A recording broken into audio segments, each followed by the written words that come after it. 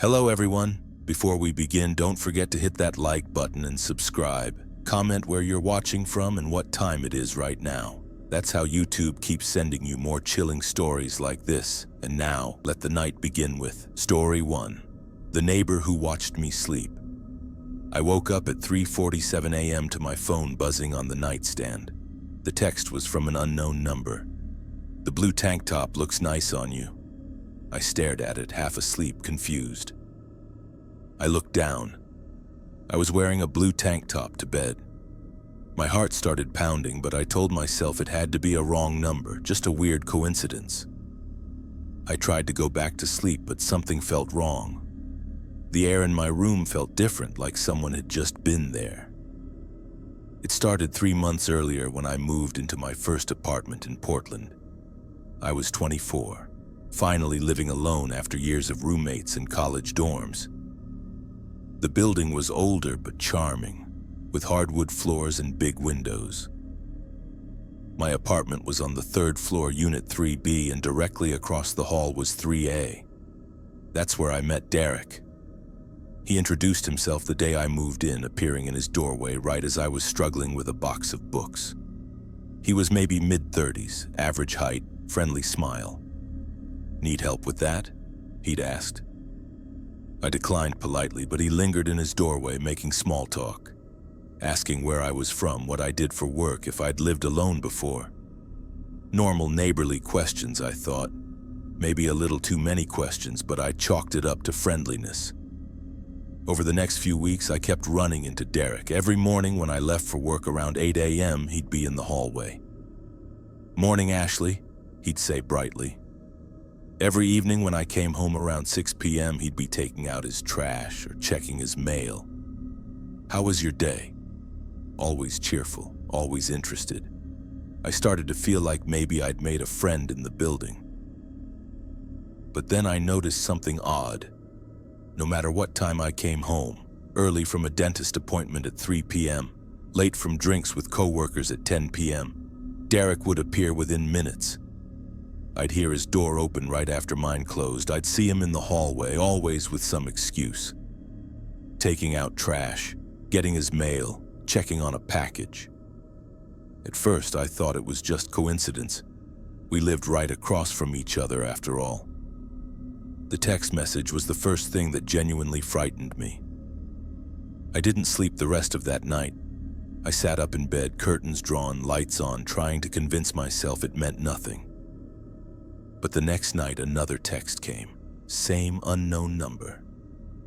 2:13 a.m. "You really should lock your bedroom door." My blood went cold. My bedroom door was unlocked. It always was. I lived alone, and my apartment door had a deadbolt. But now, someone knew.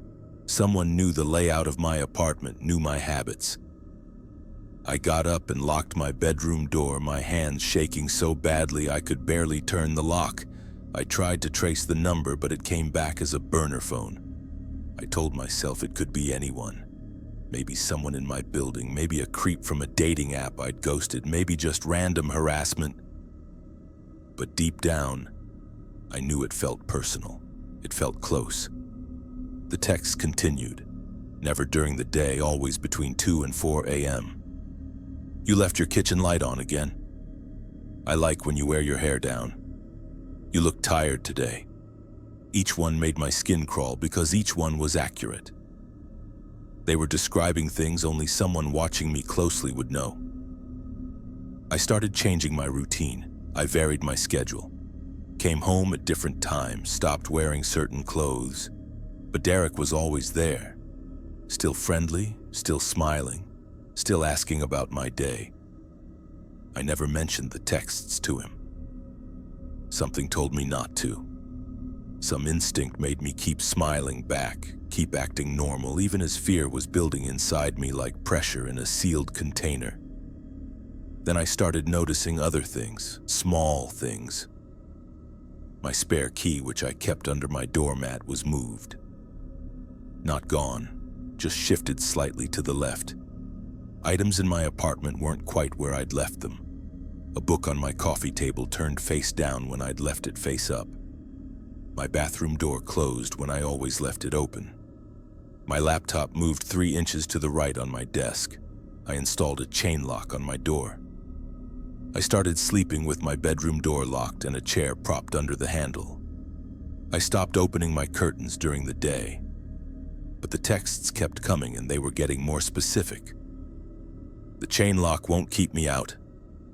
I miss seeing you sleep. That last one broke something in me. I miss seeing you sleep. Past tense. Had someone been watching me sleep before? Had someone been in my apartment while I was unconscious and vulnerable? I wanted to scream, to run, to call the police, but I had no proof. Just texts from an untraceable number and a paranoid feeling I couldn't shake. I set up my laptop to record my bedroom one night while I slept, angling the camera toward my window. I barely slept, jerking awake at every small sound, but in the morning I checked the footage.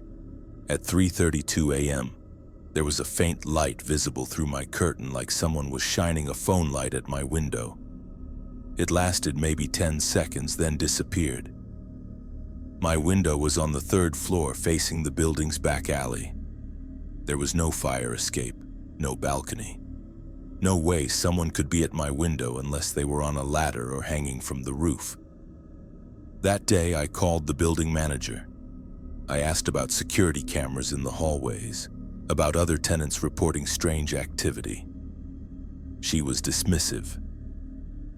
"We've never had problems here, honey. Are you sure you're not just stressed? New apartment jitters?" She made me feel like I was overreacting, being paranoid, imagining things. But that night, I got another text.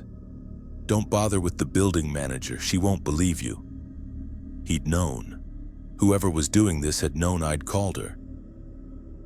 Which meant he was close enough to know my movements, my decisions, maybe even listening somehow. The walls in the building were thin, but not that thin. I started researching Derek online. I found his social media. Normal posts, photos of hiking trips and meals out, nothing alarming. I found his LinkedIn. He worked in IT, had lived in Portland for 6 years. On the surface, he was exactly what he appeared to be, a normal, friendly guy. But I couldn't ignore my gut anymore. Every time I saw Derek, my body reacted with fear, my heart rate spiked, my palms sweated, my throat tightened. Some primal part of me recognized a threat, even if I couldn't prove it yet. One Friday evening, I came home from work to find a manila envelope leaning against my door. No address, no markings, just a sealed envelope. My hands shook as I brought it inside and opened it. Inside were photos, dozens of photos of me. Sleeping in my bed, sitting on my couch, cooking in my kitchen, getting dressed in my bedroom. The angles were all from outside through my windows, but zoomed in close. Some were taken during the day, but most were at night, my face illuminated by the glow of my phone or laptop. I dropped the envelope, photos scattering across my floor. I couldn't breathe. Someone had been watching me for months, documenting me, collecting images of my most private moments. I looked at the window, curtains drawn, and felt violated in a way I'd never experienced. My home, the one place I should have felt safe, had been compromised this entire time. The worst photo was on the bottom of the stack. It was taken from directly outside my bedroom window, close enough that I could see my own face in perfect detail. I was asleep, lying on my side, peaceful and completely unaware. And in the corner of the photo, barely visible, was a reflection in my window glass. A reflection of someone holding a camera. I knew that silhouette. I'd seen it almost every day for 3 months. I called the police. They came, took the photos, took my statement. They questioned Derek, who seemed shocked and concerned, who denied everything convincingly. He had an alibi for some of the nights in question. He'd been out of town for work, he said, showing them travel receipts. The detective looked at me with something like pity. "We'll investigate, but without more evidence connecting him specifically, there's not much we can do." I moved out the next week, Broke my lease, lost my deposit, didn't care. I stayed with friends while I found a new place, this time on the ground floor of a building with security cameras. I changed my phone number. I deleted my social media. I started over. But the fear didn't leave. For months, I'd wake up in the middle of the night convinced someone was watching me. I'd check every window, every lock, every shadow. I stopped wearing tank tops to bed. I kept my curtains closed day and night. I never felt alone, even when I was. 6 months later, I got a Facebook message from a woman I didn't know. "Did you used to live at 847 Morrison Street?" she asked. I almost didn't respond, but something made me answer. "Yes, why?" "I live there now," she wrote. "In Unit 3B. I've been getting strange texts, and I think someone's been in my apartment." My stomach dropped. I told her everything. She filed a police report, mentioned my case. This time they took it seriously. They searched Derek's apartment and found a hard drive with thousands of photos. Not just of me and her, but of at least 7 other women who'd lived in that building over the past 5 years. Some of the photos dated back years. Bedroom windows, bathroom windows, living rooms.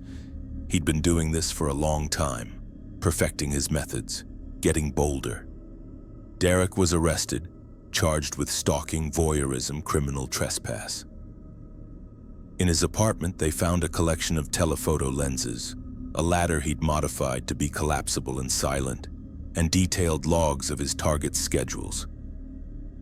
He'd been using the building's roof access to reach windows. He'd made copies of apartment keys years ago when he'd briefly worked as a maintenance assistant. He knew the building's blind spots, knew which units had the best window access, knew how to move without being seen. During the investigation, I learned he'd escalated with some of his previous victims. One had woken up to find him standing in her bedroom doorway. Another had found her door unlocked in the morning, items moved around, no sign of forced entry. They'd moved out before it could get worse, never reporting it because they couldn't prove anything. I testified at his trial, looked him in the eye as I described the fear, the violation, the months of therapy it took to feel safe in my own space again. He showed no emotion, no remorse. Like it had all been a game to him and we'd simply been players he was allowed to manipulate. He got 6 years. It didn't feel like enough. I live 3 states away now, in a 4th-floor apartment with no nearby roof access and security cameras on every floor. I keep my curtains closed with blackout shades behind them. I check every window lock twice before bed. I sleep with my bedroom door not just locked but barricaded. And I never ever wear a blue tank top to sleep. Because every time I do, I wake up at 3:47 a.m., heart pounding, reaching for my phone, expecting to see that text again. The room is always empty, the lock's always secure. But I still feel it sometimes. That sensation of being watched, of someone's eyes on me in the dark. I know he's in prison. I know he can't reach me anymore.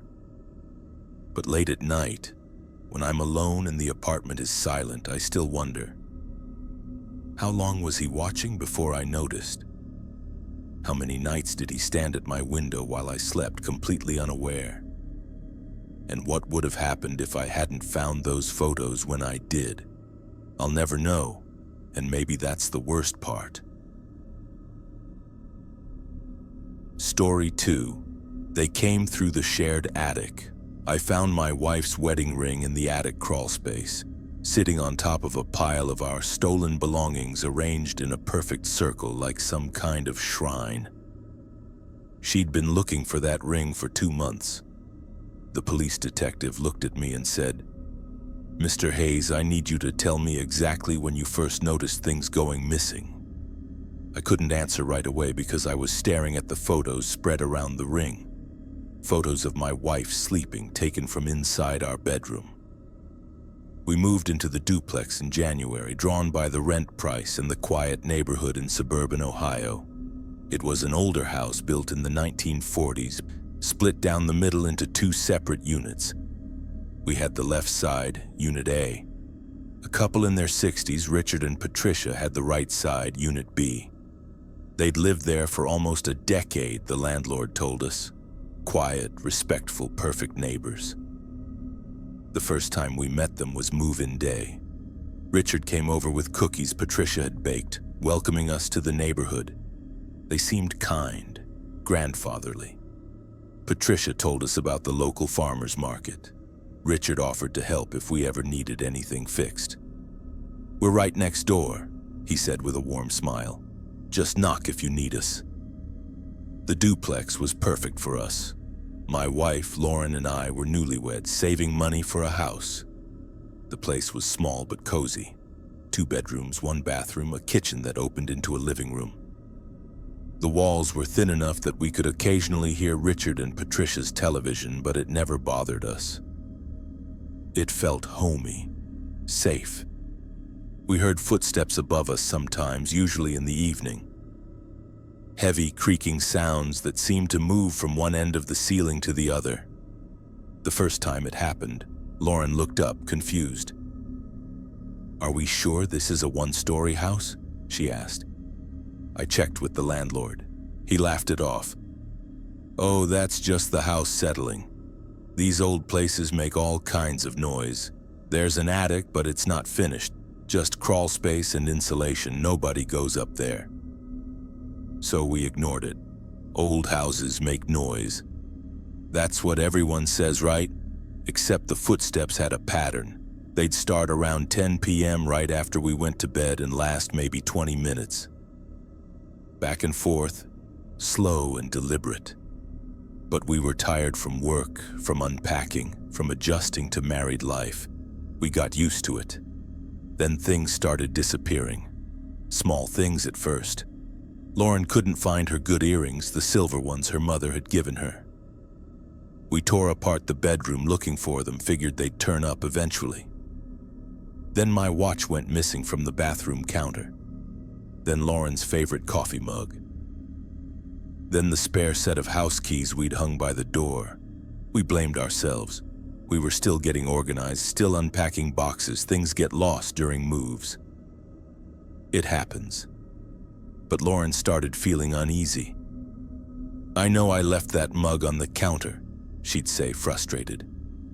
I remember putting it there specifically. More items vanished. A pair of Lauren's underwear from the laundry basket. My college ring from my nightstand. A framed photo of us from our wedding. Nothing huge, nothing we'd report stolen, but enough that we started keeping a list. We thought maybe we were being paranoid, but the list kept growing. Then Lauren's wedding ring disappeared. She never took it off, ever, except when she showered. She'd place it on the bathroom sink right next to her contact lens case, same spot every time. One morning, it wasn't there. We searched everywhere. Drains, floors, drawers, pockets, nothing. She was devastated. That ring had belonged to my grandmother. It was irreplaceable. That's when we started wondering if someone was coming into our apartment. But there was no sign of forced entry. The locks were fine. The windows were always secured. Our landlord was the only one with a spare key, and he had no reason to steal from us. It didn't make sense. The footsteps above us got more frequent. Some nights they'd last for over an hour. Back and forth, always the same path across our ceiling. I started recording the sounds on my phone, thinking maybe I could prove to the landlord that something was wrong, that maybe we had raccoons or rats in the attic. One Saturday afternoon, I decided to investigate. The attic access was in our bedroom closet, a small square panel in the ceiling that I'd never bothered to open. I got a ladder, pushed the panel aside, and shined my phone's flashlight into the darkness above. The smell hit me first. Musty, stale air mixed with something else, something lived in. I pulled myself up into the crawl space, hunched over because the ceiling was only about 4 feet high. Insulation covered the floor, pink and dusty. I swept my light around, expecting to see evidence of animals. Instead, I saw a path. The insulation had been pushed aside in a clear trail, creating a walkway through the attic. The path led from our side of the duplex toward the other side, toward Richard and Patricia's unit. My heart started beating faster. I followed the path, crouching low, my phone light shaking in my hand. About halfway across, I found it. A section of the attic where the insulation had been cleared away completely, creating a small space. And in that space was a plastic storage bin. I knelt down and opened it. Inside were our missing belongings: Lauren's earrings, my watch, her coffee mug, my college ring, the framed wedding photo, spare keys, her underwear folded neatly, and on top of everything, arranged carefully, was Lauren's wedding ring. But that wasn't the worst part. Surrounding the ring were photographs, printed photos, dozens of them spread out like a display. Photos of Lauren sleeping, photos of her getting dressed, photos of me working at my desk, photos of us eating dinner, watching TV, living our private life. All taken from angles inside our apartment, from our bedroom doorway, from the hallway, from the living room corner. I grabbed the bin and backed away, my mind racing. Someone had been coming into our apartment. Someone had been watching us. Someone had been stealing from us and hiding everything in the attic like trophies. I climbed down as fast as I could, nearly falling off the ladder. "Lauren!" I shouted. She came running from the kitchen, saw my face, saw the bin in my hands. "What is that?" she asked, her voice thin. I showed her, watched her face go pale as she recognized our belongings, as she saw the photos. She picked up her wedding ring with shaking hands, then dropped it like it burned. "Who took these?" she whispered. "Connor, who's been in our apartment?" We called the police immediately. While we waited for them to arrive, I did something I should have done weeks ago. I knocked on Richard and Patricia's door. Richard answered, smiling that same grandfatherly smile. "Connor, what can I do for you?" "Do you have access to the attic?" I asked, trying to keep my voice steady. His smile faltered slightly. "The attic? Well, yes, there's an access panel in our unit too. Why do you ask?" "Have you been going up there?" "Me? No, bad knees. Can't climb ladders anymore. Why? Is something wrong?" Patricia appeared behind him, looking concerned. "What's going on?" I didn't answer. I was looking past them into their living room. On their coffee table, I could see the corner of something that looked like a camera lens. The police arrived 10 minutes later. I told them everything, showed them the bin, showed them the photos. 2 officers went to question Richard and Patricia, while another officer went up into our attic to investigate. What they found made my blood run cold.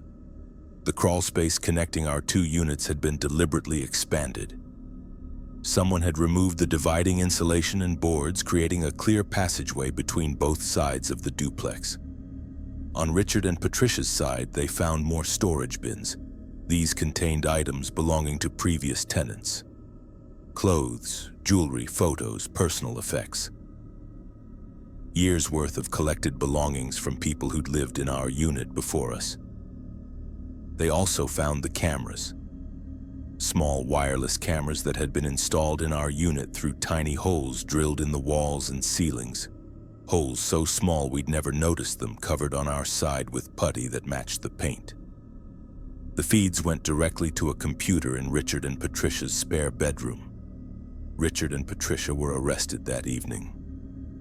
In their house, police found hard drives containing hundreds of hours of footage from our apartment and from previous tenants. They'd been doing this for years, watching people through the cameras, entering through the attic while tenants were at work or asleep, stealing small items as souvenirs. During questioning, Patricia broke down and admitted everything. She said they'd started after their own children had moved away, that they missed having people around, that watching their tenants made them feel less lonely.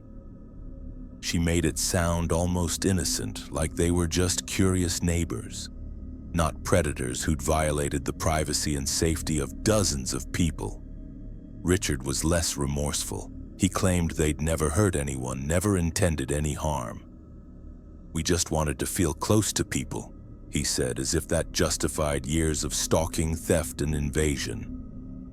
The landlord was horrified. He'd had no idea, had never thought to question his longest-term tenants. He offered to let us out of our lease immediately, no penalties. We were gone within a week. The legal process took months. Richard and Patricia were charged with multiple counts of burglary, stalking, voyeurism, and invasion of privacy. They pleaded guilty to avoid trial. Richard got 8 years. Patricia got 5 with credit for cooperation. We tried to move on. We found a new apartment, a secure building with cameras and a doorman. We went to therapy, together and individually. Lauren had nightmares for months about someone standing over our bed watching her sleep. I became obsessive about checking locks, about securing every entry point, about making sure we were truly alone. The hardest part was the violation itself. Every private moment we'd shared in that duplex had been observed. Every conversation, every argument, every intimate moment had been recorded and watched by 2 strangers who smiled at us in the hallway and brought us cookies. They'd seen us at our most vulnerable, and we'd never suspected a thing. We found out later that previous tenants had complained about missing items, about feeling watched, about strange noises in the attic. But because nothing was ever proven, because Richard and Patricia seemed so kind and trustworthy, their complaints were dismissed. We weren't the first victims. We were just the first ones who found the evidence. Lauren never wore her wedding ring again. Even after the police returned it, even after we had it cleaned and blessed, she couldn't put it back on. It sat in a drawer for a year before she finally asked me if we could have the stone reset into a new band, something that didn't carry the memory of where it had been found. We live in a house now, a standalone house with no shared walls, no shared attics, no neighbors close enough to hear our footsteps. We have security cameras on every entrance, motion sensors on every window. The attic access is padlocked from the outside, and still, sometimes late at night, I hear footsteps above me. I know it's impossible. There's nothing above our bedroom but roof and empty sky. I know it's just my mind playing tricks, trauma manifesting as phantom sounds, but I hear them anyway. Slow, deliberate footsteps moving back and forth across the ceiling. Lauren hears them too. We don't talk about it. We just lie there in the dark, both of us awake, both of us listening, both of us remembering that there was a time when we ignored those sounds and convinced ourselves everything was fine. We were wrong then. And even though I know we're safe now, even though I know Richard and Patricia are in prison and can't reach us, I can't shake the feeling that we're still being watched. That somewhere, somehow, someone is still collecting images of us, still walking through spaces they shouldn't be able to access, still arranging our stolen belongings in careful circles in the dark. I check the attic every week. I climb up there with a flashlight and inspect every corner, looking for signs of disturbance, for evidence that someone's been there. It's always empty. It's always secure. But I keep checking anyway, because I know now that the worst violations don't announce themselves with broken locks or smashed windows. They creep in slowly, through crawl spaces and hidden cameras, through the hands of people you trust. And once you've lived through that, you never stop checking. You never stop listening for footsteps in the dark. Story 3. The house that sold too quickly. The garage was empty when the police searched it. Just concrete and oil stains and the smell of bleach. But I know what I saw being unloaded at 3 a.m. The detective looked at me like I was wasting his time, like I was just another paranoid neighbor with too much time on my hands. He didn't see the way my neighbor smiled at me the next morning, that knowing smile that said he'd gotten away with something. The house next door had been on the market for almost 6 months when I moved into my place in suburban Phoenix. It was a nice enough house, identical to mine. Same builder, same layout, just mirrored. The real estate sign out front got sun-faded over time, and I'd gotten used to the empty driveway, the dark windows, the overgrown lawn that the bank occasionally sent someone to mow. Then one Tuesday morning in September, the sign was gone. Not marked sold, just gone. And by that evening, there was a moving truck in the driveway. I was curious, naturally. New neighbors are always interesting, especially after months of living next to an empty house. I watched from my kitchen window as the truck sat there, back doors open. But I never saw anyone carry anything inside. No boxes, no furniture, no people. Just the truck, idling in the driveway with its doors open like a waiting mouth. By the time I went to bed around 11 p.m., the truck was gone. Lights were on inside the house. A dark sedan sat in the driveway. Whoever had moved in had done it fast and without any visible effort. I thought it was odd, but people move in strange ways. Maybe they'd hired professionals. Maybe they didn't have much stuff. The next morning, I went over to introduce myself, holding a plate of brownies like a proper suburban neighbor. A man answered the door on the second knock. Mid-40s maybe, average height, bland face, the kind of person you'd forget 5 minutes after meeting them. "Hi, I'm Kyle from next door," I said, offering the plate. "Just wanted to welcome you to the neighborhood." He looked at the brownies for a long moment, then at me. "Thank you," he said, taking the plate. His voice was flat, toneless. "I'm David. When did you move in? I didn't see much activity yesterday." "We came late," he said. "Didn't want to disturb anyone." "Oh, there's more of you family?" "My wife, Sarah." He didn't elaborate. Didn't ask my name even though I'd given it. Didn't invite me in or make small talk about the neighborhood. Just stood there holding the brownies, waiting for me to leave. "Well," I said, feeling awkward, "if you need anything, I'm right next door." "Thank you," he said again in that same flat tone and closed the door. I walked back to my house feeling unsettled. The interaction had been wrong somehow. Not rude exactly, but empty, like talking to someone who was pretending to be human and not quite getting it right. Over the next week, I never saw David or Sarah during normal hours. No one left for work in the morning. No one came home in the evening. The sedan stayed in the driveway, barely moving. Once I saw a woman through the window, presumably Sarah, but only her silhouette, backlit and motionless. But every single night at 3 a.m. I heard their garage door open, then close, just once. The sound woke me up like clockwork, that mechanical grinding noise cutting through the quiet desert night.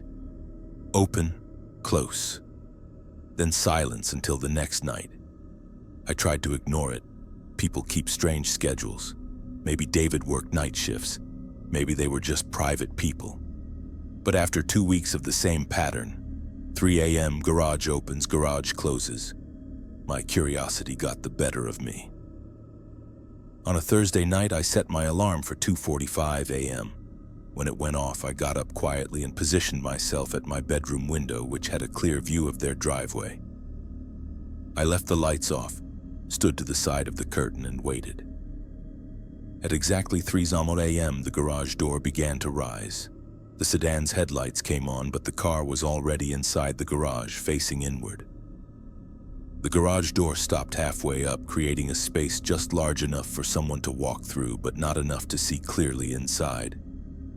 David got out of the car. I could see his silhouette moving to the trunk. He opened it, reached inside, and lifted something out. Something heavy, something wrapped in plastic sheeting, something roughly the size and shape of a person. My mouth went dry. I watched him carry it toward the back of the garage, disappearing into the shadows. 2 minutes later, he came back empty-handed, got in the car, and the garage door closed. I stood there shaking, trying to rationalize what I'd seen. It could have been anything. A rolled carpet, a bag of sports equipment, construction materials. But my gut was screaming that I'd just witnessed something very wrong. I didn't sleep the rest of the night. At 8 a.m., I called the police non-emergency line and described what I'd seen. The dispatcher sounded skeptical but said she'd send an officer for a welfare check. 2 cops showed up around 10 a.m. I watched from my window as they knocked on David's door. He answered quickly, smiled warmly, a completely different demeanor than when he'd met me. He invited them inside. They were in there for maybe 15 minutes, then came out shaking his hand. One of the officers knocked on my door afterward. "We checked the house, Mr. Porter," he said. "Everything looks fine. The homeowners were cooperative, showed us the garage. Just normal stuff, tools and storage boxes, no signs of anything concerning." "But I saw him carrying something," I insisted. "Something wrapped in plastic." He said they've been doing renovations, moving construction materials. Said they'd do it at night because of the heat. Makes sense in Arizona in September. I felt like an idiot. Maybe I had overreacted. Maybe my imagination had filled in sinister details that weren't there. "Did you meet his wife?" I asked. "No, she was asleep. He said she works from home and keeps odd hours. Look, if you see something specific, something concrete, give us a call. But we can't harass people based on a vague suspicion." They left. An hour later, David came to my door. "Kyle," he said, that same flat smile on his face. "The officers told me you were concerned. I appreciate you looking out for the neighborhood." There was something in his eyes that made my skin crawl, a coldness, an awareness that felt like a threat. "I just wanted to make sure everything was okay," I said. "Everything's fine. Sarah and I value our privacy, but we're not doing anything wrong. Just living our lives." He leaned in slightly. "Sometimes it's better not to pay too much attention to your neighbor's business, don't you think?" It wasn't quite a threat, but it wasn't not a threat either. After that, I tried to mind my own business. But every night at 3 a.m., that garage door opened and closed. Every night I'd wake up and wonder what was being moved in the dark. I started having nightmares about what was in that garage, about plastic-wrapped shapes and empty eyes. 3 weeks later, I saw a missing person report on the news. A woman named Jennifer Hartley, 29, had disappeared from a parking lot in Tempe 2 months ago. They showed her photo. I stared at it, my blood turning to ice. I'd seen that face. Through David's window, the silhouette I'd assumed was Sarah had Jennifer Hartley's exact profile, the same hair length, the same build. I called the police again, this time with specific information. I gave them the news report, described what I'd seen, explained the pattern of garage activity. The detective who called me back sounded more interested this time. "We'll look into it," he said. "They got a warrant." They searched the house on a Tuesday afternoon while I watched from my window, heart pounding. David and the woman were taken out in handcuffs. I never learned her real name. It wasn't Sarah, I know that much. The police spent hours searching the property, but they found nothing. The garage was clean, the house was clean. No evidence of Jennifer Hartley or anyone else. David and the woman were released after 48 hours. The detective told me later that the house had been deep cleaned with industrial chemicals. If something happened there, they sanitized it completely. We have no physical evidence. The woman with him has an alibi for when Jennifer disappeared. She was documented at a hospital in Nevada. Different person. We can't hold them. "What about the thing I saw him carrying?" I asked. He maintains it was construction materials. Without a body, without forensic evidence, we have nothing. David and Sarah moved out the following week. No moving truck this time either. Just there one day, gone the next. The house went back on the market, and this time it sat empty for over a year. I've driven past it a few times since then. There's a family living there now, kids playing in the yard, completely oblivious to what might have happened in that garage. Jennifer Hartley is still missing. Her case is still open. Sometimes I wonder if I really saw what I thought I saw, or if my mind created something sinister out of innocent midnight movements. But I remember David's smile, that flat, cold awareness in his eyes. I remember the way the police found nothing, as if the house had been staged specifically to be searched and passed. Most of all, I remember that I'm the only one who knows what I saw, and I have to live with the possibility that I witnessed someone disposing of evidence, that I was too late to help, that somewhere Jennifer Hartley's family is still hoping for answers I can't give them. I don't look out my windows at night anymore. I don't pay attention to my neighbors' schedules. Because David was right about one thing. Sometimes it's better not to know your neighbor's business. But every time I hear a garage door open in the middle of the night, I'm back at that window, watching a shape being carried through the dark, wrapped in plastic and heavy with terrible purpose. And I wonder how many other neighbors have seen things they convinced themselves couldn't be real. How many other people have looked away rather than face what was happening right next door. I still live in that house. Jennifer Hartley is still missing. And somewhere David is living next door to someone else, opening his garage at 3 a.m., carrying things that people shouldn't see. Story 4. My neighbor's security camera was pointed at my door. I pulled the USB drive out of the package with shaking hands and plugged it into my laptop. The folder structure was organized by date, going back 6 months before I'd even signed my lease. I clicked on a random file. It was footage from inside my bathroom. I could see myself brushing my teeth from an angle above the mirror. I'd been living in a surveillance setup I never knew existed, and my neighbor had every moment archived. I first noticed the camera on a Tuesday morning in late March. I was leaving for work, pulling my apartment door shut when something made me glance across the hallway.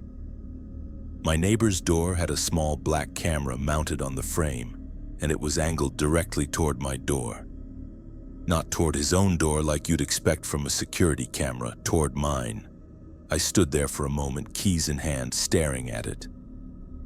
The camera was small, professional looking, with a little blinking red light that indicated it was recording. I tried to tell myself it was probably positioned to capture both doors, that it was just a weird angle, that I was being paranoid. But I couldn't shake the feeling that I was being watched. My neighbor's name was Marcus. I'd met him briefly when I moved in 3 months earlier. He was in his early 30s, worked from home doing something tech-related, seemed friendly enough. We'd exchanged the usual neighborly pleasantries, borrowed a screwdriver once when I was assembling furniture, nothing more than surface-level interaction. That evening, I knocked on his door. He answered quickly, smiling. "Hey, Jordan, what's up?" "Hey, Marcus, I noticed you installed a security camera." "Yeah, last week. Had a package stolen, figured I should monitor my door. It looks like it's pointing at my apartment." He laughed, shaking his head. No, it's angled for my door, but yeah, it probably catches a bit of the hallway. That's just how these wide-angle lenses work. Don't worry, I'm not spying on you or anything. His tone was light, dismissive, making me feel silly for asking. Okay, just wanted to check. Totally understand. Hey, if it really bothers you, I can try adjusting it. No, it's fine, I said, not wanting to seem difficult. But it wasn't fine. Over the next few days, I became hyper-aware of that camera. Every time I left my apartment, I felt its lens on me. Every time I came home, I felt observed. I started timing my exits and entrances, trying to minimize my exposure to it, which was absurd. It was my own apartment. Then strange things started happening. Small things that alone meant nothing, but together formed a pattern. I went to the gym one morning at 6 a.m., my usual time. When I got back, Marcus was in the hallway taking out his trash. "Early workout?" he asked casually. The next day, I went at 7 a.m. instead.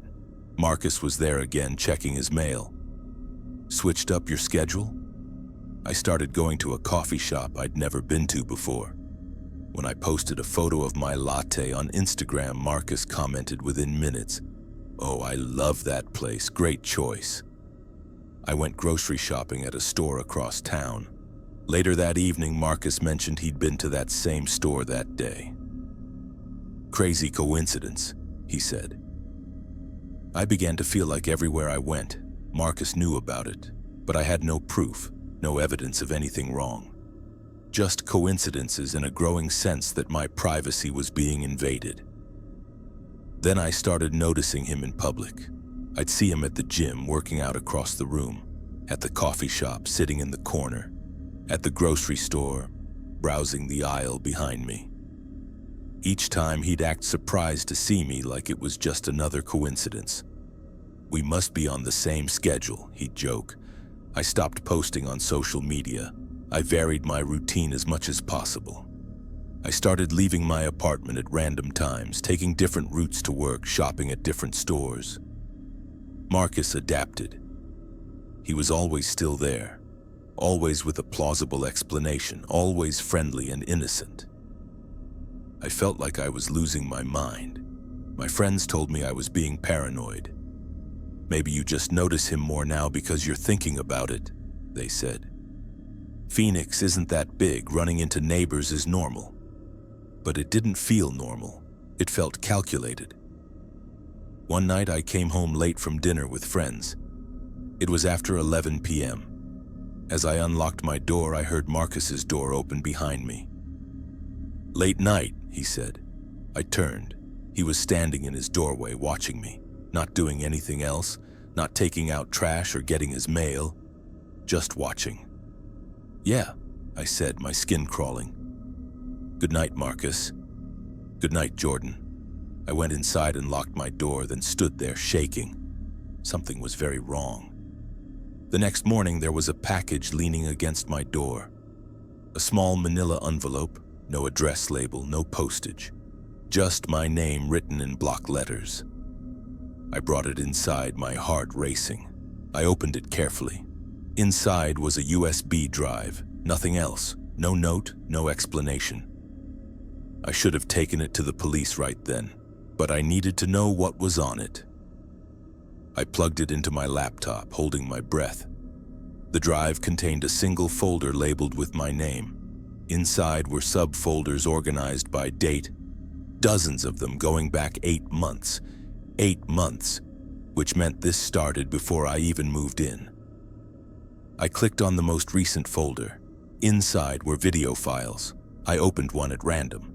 It was footage of me, inside my apartment. The camera angle was from above and to the side, capturing my living room. I watched myself on screen, sitting on my couch watching TV, completely unaware I was being recorded. I felt nauseous. I opened another file. This one was from my bedroom. I could see myself sleeping, the footage time-stamped at 2:47 a.m. Another file, my bathroom. The angle was from above the mirror. I watched myself shower, completely exposed, completely vulnerable. There were hundreds of files, thousands of hours of footage. Every room in my apartment had been under surveillance. Cameras hidden in vents, in smoke detectors, in electrical outlets, places I'd never thought to check. The earliest files were from before I'd moved in. They showed the previous tenant, a woman I'd never met, living her life just as unaware as I'd been. I yanked the USB drive out and sat there shaking, trying to process what I'd just seen. Marcus had somehow placed cameras throughout my apartment. He'd been watching me for months, recording my most private moments, archiving everything. But why would he send me the footage? Why reveal himself? That's when I realized. This was a threat. This was him showing me what he had, what he could do, what he'd been doing without me knowing. This was power and control. I grabbed my phone and called the police. Within an hour, 2 officers were at my apartment. I showed them the USB drive and explained about Marcus and the camera pointing at my door, about him showing up everywhere I went. They took the drive, took my statement. They went to question Marcus. He was cooperative, they told me later. He invited them in, showed them his apartment. He denied everything. Said he'd never seen that USB drive before, suggested maybe someone was trying to frame him. Maybe I'd even created the videos myself for attention. But the videos are real, I insisted. Those are from inside my apartment, from cameras he installed. The officers searched my apartment. They found the cameras, tiny, professionally hidden cameras in every room. We'll take these as evidence, they said. We'll analyze them for fingerprints. But when the forensics came back, the cameras were clean. No prints, no DNA, nothing connecting them to Marcus. He maintained that anyone could have installed them, a previous tenant, the landlord, even me.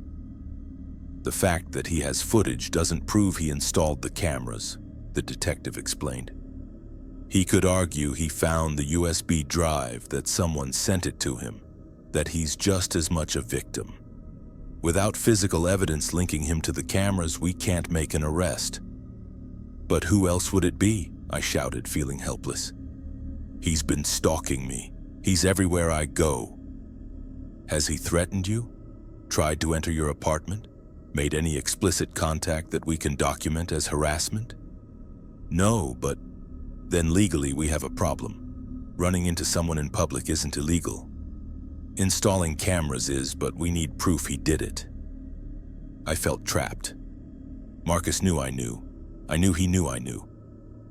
But legally, nothing could be done. I moved out within a week, broke my lease, lost my deposit, didn't care. I stayed with friends while I found a new place on the other side of Phoenix, a secured building with cameras in the hallways and a doorman who checked IDs. I bought bug detectors and swept my new apartment 3 times before moving in. I changed all my social media to private, deleted location services from my phone, stopped posting anything about my life online. For months, I was terrified he'd find me. Every time I left my apartment, I looked over my shoulder. Every man I saw who vaguely resembled Marcus made my heart race. I stopped going to the gym, stopped going to coffee shops, ordered groceries online. Therapy helped slowly. My therapist called it hypervigilance, a trauma response. She helped me work through it, helped me start reclaiming normal activities without the constant fear. But 6 months later, I got a Facebook friend request. From Marcus. I stared at it, my hands shaking. His profile was public. In his photos, I could see he'd moved. New apartment, different building.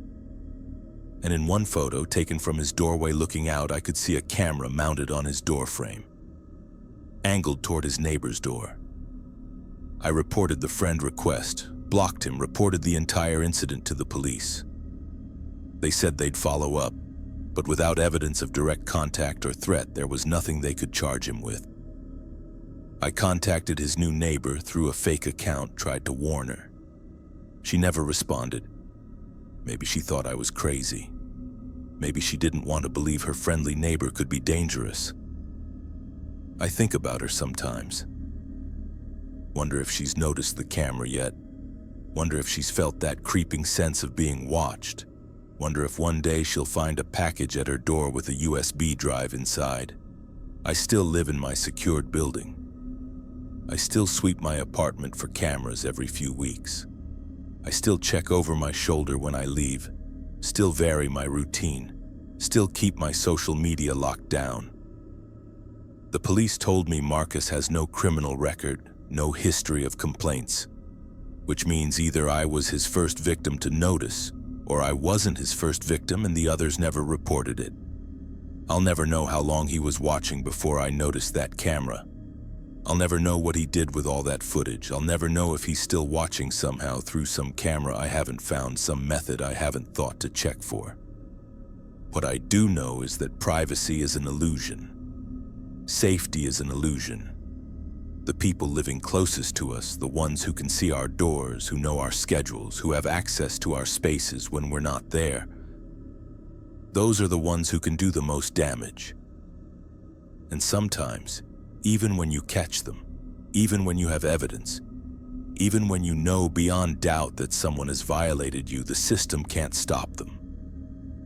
Marcus is out there right now, living next door to someone else, installing cameras, collecting footage, waiting for the perfect moment to reveal what he's been doing.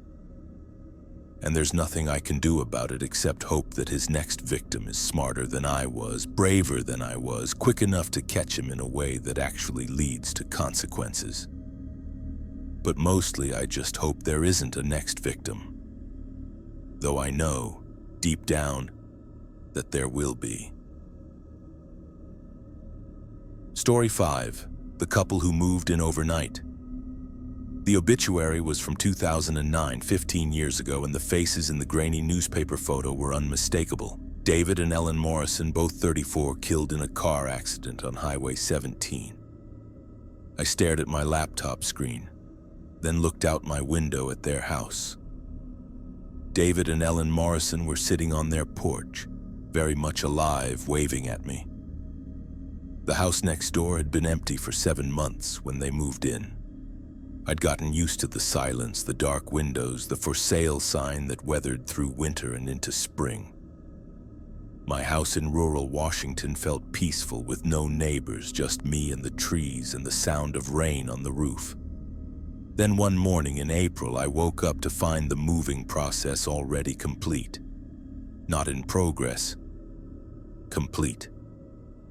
The for sale sign was gone. New curtains hung in the windows. 2 cars sat in the driveway, a Toyota sedan and a Honda CR-V. Lights were on inside the house. I'd gone to bed at midnight and there'd been nothing. Now at 7 a.m., my new neighbors were fully moved in like they'd been there for weeks. I watched from my kitchen window as I made coffee, waiting to see some sign of activity. Moving boxes being unpacked, furniture being adjusted, the usual chaos of settling in. But the house just sat there, looking lived in and established and completely normal. Around 9 a.m., a couple emerged from the front door. They looked to be in their mid-30s, both attractive in that generic catalog model way. The man had dark hair and wore khakis and a button-down shirt.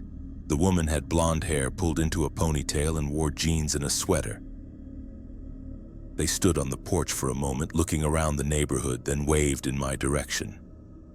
I waved back awkwardly from my window, feeling caught. The man called out, "Hello! We're your new neighbors!" I went outside, crossing the stretch of lawn between our houses. "Hi, I'm Amber. Welcome to the neighborhood." "David," the man said, extending his hand. His grip was firm, his smile perfect. "And this is my wife, Ellen." "So nice to meet you," Ellen said warmly. "What a beautiful area." "When did you move in?" I asked. "I didn't hear any trucks last night." "Oh, we got in late," David said smoothly. "Didn't want to disturb anyone with noise.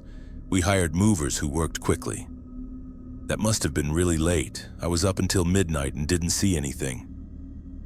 Something flickered across David's face, too quick to identify. "Well, we're very efficient," he said, that perfect smile returning. "We hate to waste time." The conversation felt scripted somehow. Their responses were smooth but empty, like they were reciting lines they'd memorized. When I asked where they'd moved from, they said back east without specifying. When I asked what they did for work, they said consulting without elaborating.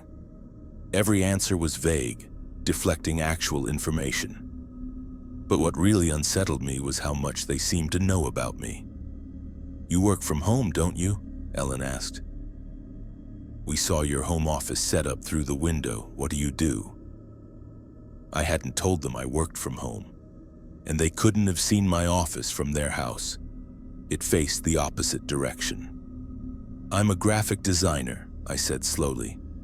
"How did you—" "Oh, just a guess," Ellen interrupted. "You have that creative energy about you. Your sister must be excited you're finally getting neighbors," David added. "Living out here alone can be isolating." I felt my stomach drop. "How do you know I have a sister?" David blinked. You mentioned it, didn't you? No, I didn't. An awkward pause. Ellen laughed, a tinkling sound that seemed forced. David must have mixed you up with someone else. He does that sometimes. But David hadn't mixed me up. My sister Lauren was the only family member who visited me regularly. She'd been here 2 weeks ago. There was no way they could know about her unless they'd been watching my house before they moved in. Well, I said, backing away, I should let you get settled. Welcome to the neighborhood. I went back inside, feeling their eyes on me the whole way. I locked my door and stood there, heart racing. Something was very wrong with David and Ellen, but I couldn't pinpoint what exactly. They'd been friendly, normal on the surface, yet every word had felt like a performance, every smile a little too practiced. Over the next few days, I noticed more strange things. David and Ellen seemed to be home constantly, but I never heard normal house sounds. No TV, no music, no voices, just silence. Their cars moved occasionally. I'd look out and see them in different positions, but I never actually saw them come or go. They always seemed to be watching, though. If I went outside to get my mail, they'd appear on their porch. If I took out my trash, they'd materialize in their driveway. If I looked out my window, they'd be looking back, waving with those perfect smiles. And they kept saying things they shouldn't know. Ellen mentioned I was thinking about adopting a dog, which was true. I'd been browsing shelter websites the night before, but hadn't told anyone. David asked how my client project was going, referring to a specific difficult client I'd only complained about in a private email to my sister. It was like they had access to my thoughts, my private communications, my entire life. I started researching them online, trying to find some background. I searched David and Ellen Morrison plus Washington plus various other keywords. Nothing came up. No social media profiles, no LinkedIn pages, no mentions in any public records I could access. It was as if they didn't exist digitally at all. Then I tried searching just their names with obituary, thinking maybe they'd stolen someone's identity. That's when I found it. An obituary from the Everett Herald dated March 15, 2009. David Morrison, 34, and Ellen Morrison, 34, died tragically in a car accident on Highway 17. They are survived by... The article included a photo from their wedding. The same faces, the exact same faces that were living next door to me right now, 15 years later, not having aged a single day. I stared at the screen, my mind trying to rationalize what I was seeing. Maybe they were relatives who happened to share names and resembled the deceased couple. Maybe it was an incredible coincidence. Maybe the photo was just similar, not identical. But when I compared the obituary photo to a picture I'd secretly taken of them from my window, there was no doubt. Same faces, same bone structure, same everything. David and Ellen Morrison were dead, but they were also living next door to me. I called my sister, my voice shaking. Lauren, something's really wrong with my neighbors. I told her everything. The overnight move-in, the knowledge they shouldn't have, the obituary. She listened quietly, then said carefully, Amber, that's really creepy. Have you called the police? And tell them what? That my neighbors died 15 years ago? They'll think I'm crazy. What do you think is happening? I don't know, but they're not normal people. They're not even pretending to be normal anymore. That night I couldn't sleep. Every sound made me jump.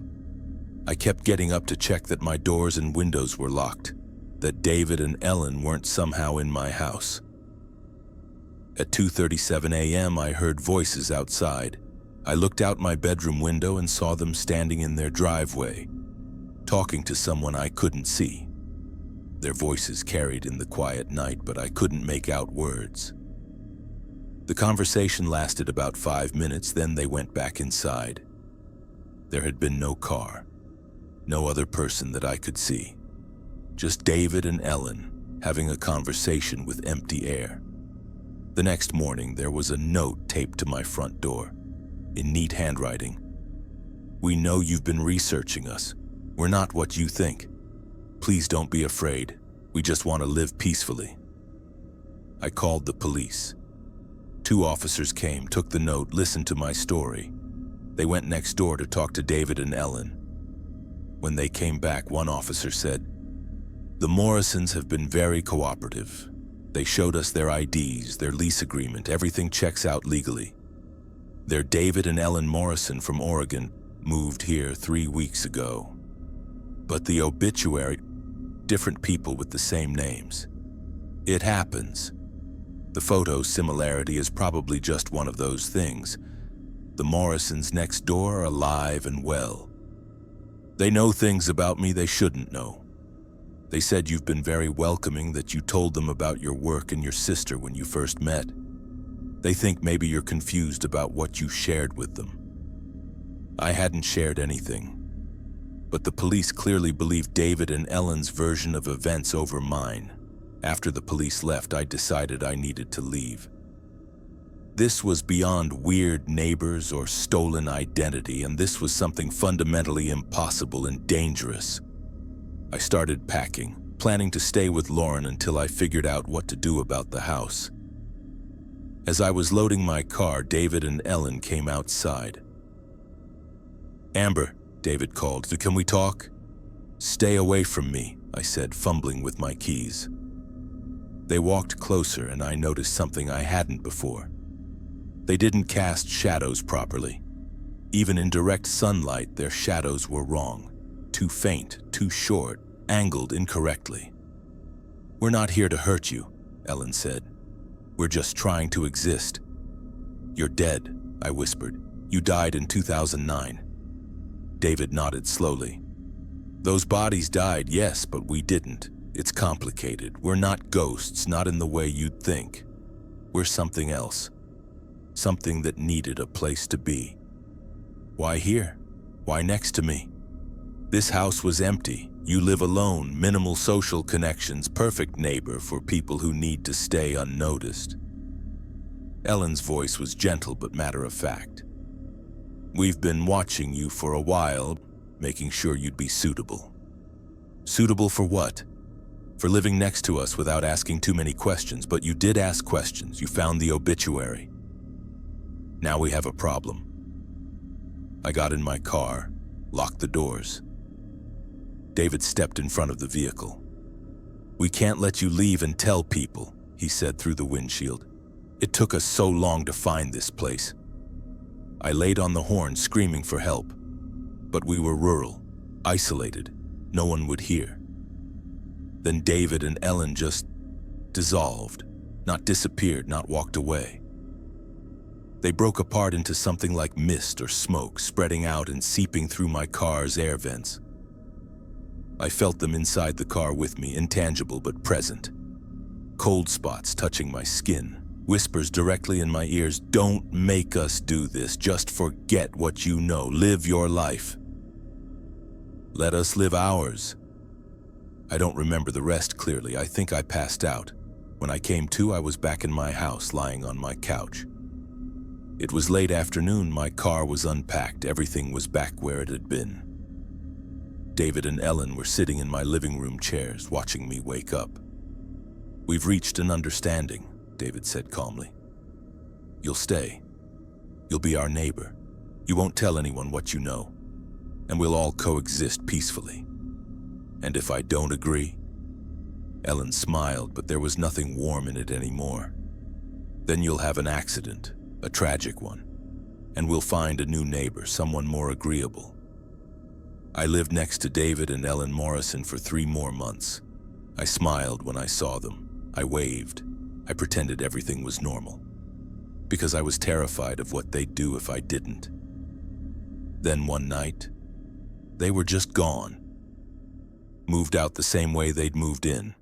Overnight, completely, leaving no trace they'd ever existed. The house went back on the market. I talked to the real estate agent who had no record of anyone named Morrison ever leasing the property. I moved shortly after. Sold my house at a loss. Didn't care. I live in a crowded apartment complex now, surrounded by noise and people and witnesses. I'll never live in a rural area again. I'll never trust neighbors who move in too quietly or know too much. Sometimes I search obituaries online, looking for David and Ellen Morrison. I found 6 more couples with those names who died in various accidents over the past 20 years. Different states, different circumstances, but always the same names, always couples, always deaths that came suddenly. And I wonder how many other people have lived next door to them. How many have been given the same choice I was. Stay quiet and live. Speak up and die. I made my choice.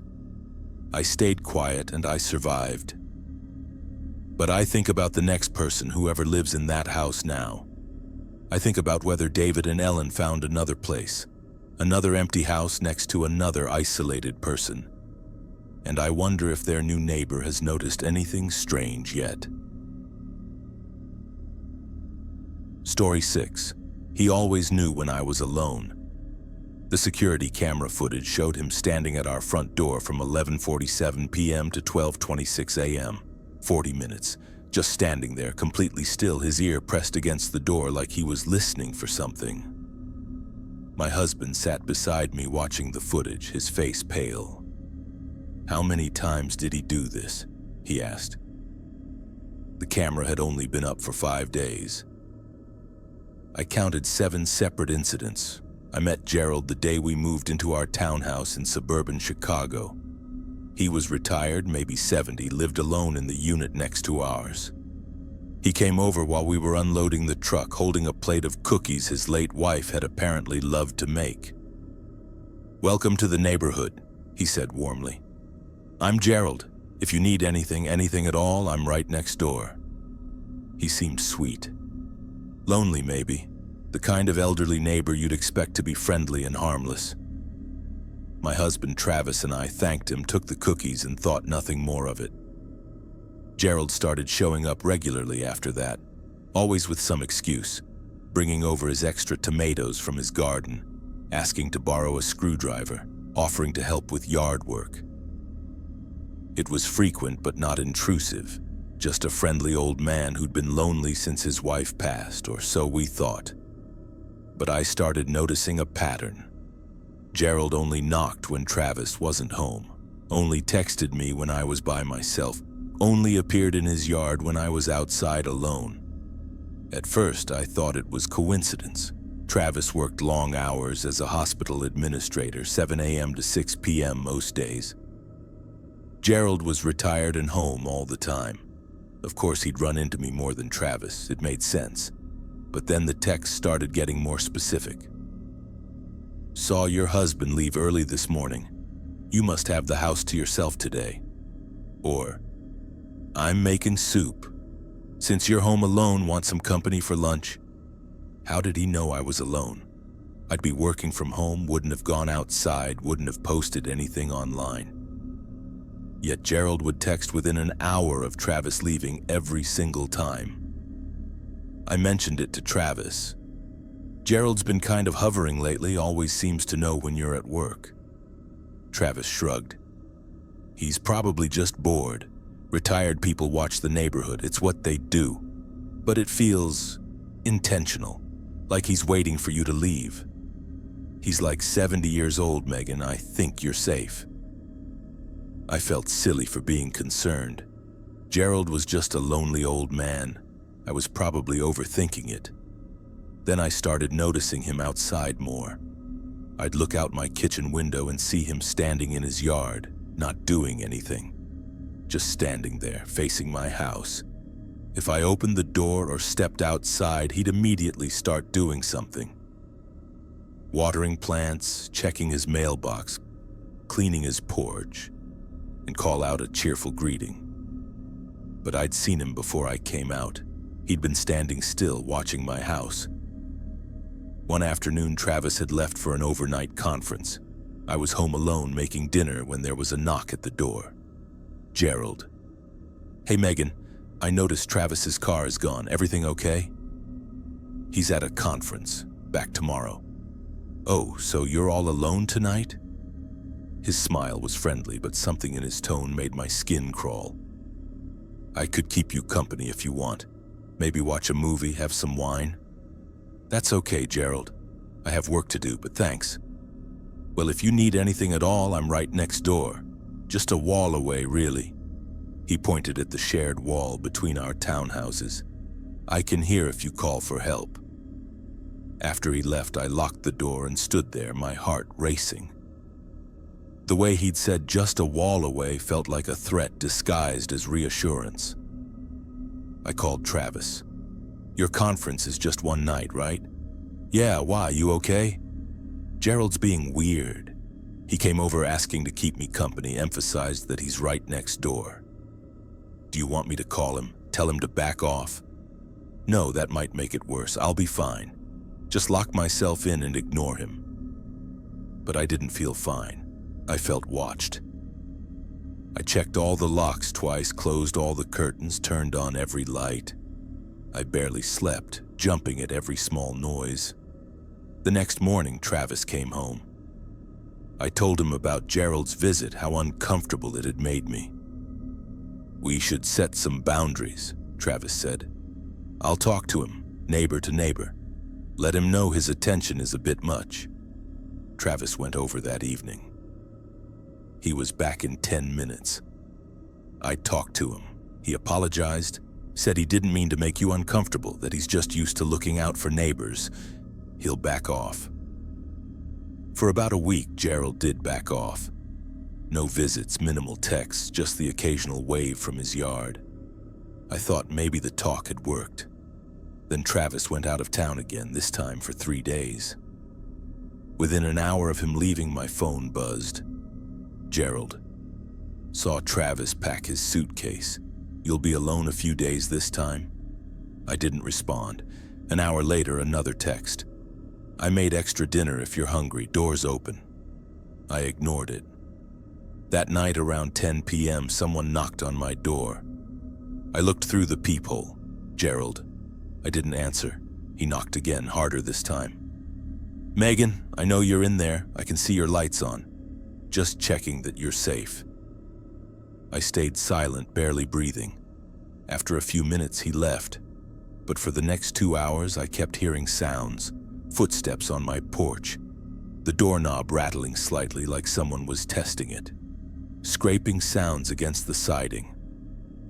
I called Travis, crying. He won't leave me alone. He's been at the door multiple times. I think he's trying to get in. Call the police, Travis said immediately. And tell them what? That my elderly neighbor knocked and I didn't answer? They'll think I'm paranoid. Megan, if you feel unsafe, call them. I called the non-emergency line. An officer came, talked to Gerald, talked to me. Gerald claimed he'd only knocked once, was concerned because I hadn't responded to his texts. Just wanted to make sure I was okay. The officer basically told me it was a neighborly dispute and suggested we communicate better. After the officer left, I felt more alone than before. No one believed me. Everyone thought I was overreacting. Travis came home the next day. I begged him to install a security camera. I need to know if he's coming to the door when you're not here. I need proof. Travis installed a Ring camera that afternoon, angled to capture our front door and porch. The first night it was up, Travis and I reviewed the footage before bed. At 11:47 p.m., Gerald appeared on camera. He walked up to our door, pressed his ear against it, and just stood there, listening. For 39 minutes. We watched in silence, horrified. Gerald didn't knock, didn't ring the bell, just stood there with his ear pressed to our door, occasionally moving his head slightly like he was trying to hear specific sounds inside. At 12:26 a.m., he finally left, walking slowly back to his unit. What the fuck? Travis whispered. We checked the previous night's footage. Gerald had done this every single night since the camera was installed. Always late at night, always for 30 to 40 minutes, always just listening at our door. How long has he been doing this? I asked, my voice shaking. "We've only had the camera for 5 days." We called the police again, this time with evidence. 2 officers came, watched the footage. Their demeanor changed immediately. "This is stalking behavior," one said. "This is not normal." They went to question Gerald. He admitted to standing at our door but claimed he was concerned about me being alone, that he was making sure I was safe and didn't want to disturb us by knocking. "You stood at their door listening for 40 minutes, the officer said flatly. "That's not checking on someone." Gerald got defensive, claiming his hearing wasn't good, that he had to listen carefully to know if someone was okay. The officers weren't buying it. They issued him a warning, told him to stay away from our property, and advised us to document everything. Travis and I felt vindicated but also terrified. What had Gerald been listening for? What was he trying to hear? We started reviewing older footage more carefully, going back to the first day the camera was installed. On night 1, Gerald had come to the door at 11:52 p.m. Same behavior, ear pressed to the door, listening, staying for over 30 minutes. But there was something else in that footage. About 5 minutes in, Gerald had pulled out his phone and seemed to be recording audio. He was holding his phone to the door, recording whatever sounds he could hear from inside our house. Travis and I slept in shifts that night, both of us too scared to be unconscious at the same time. The next morning, I did something I should have done weeks earlier. I talked to the other neighbors, asking if Gerald had ever made them uncomfortable. The couple 2 units down had stories.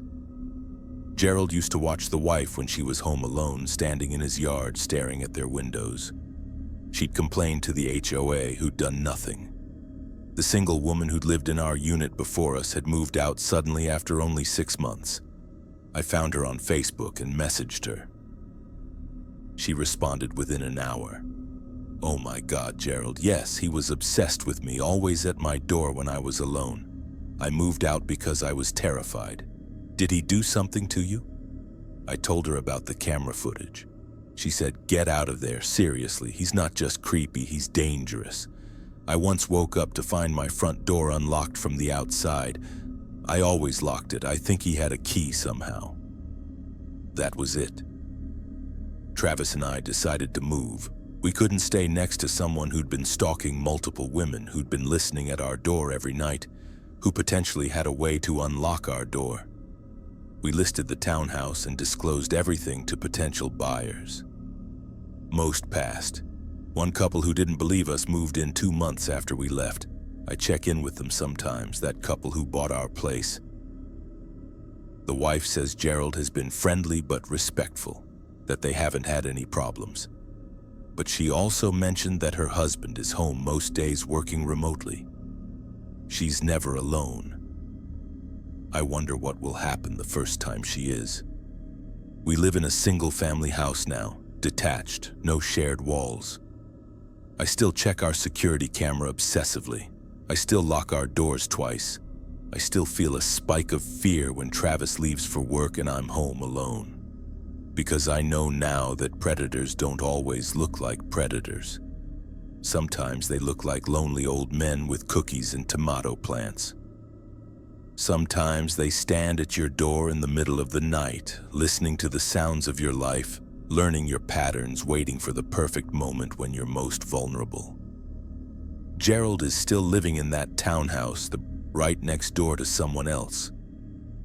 Still retired, still home all the time, still watching and waiting.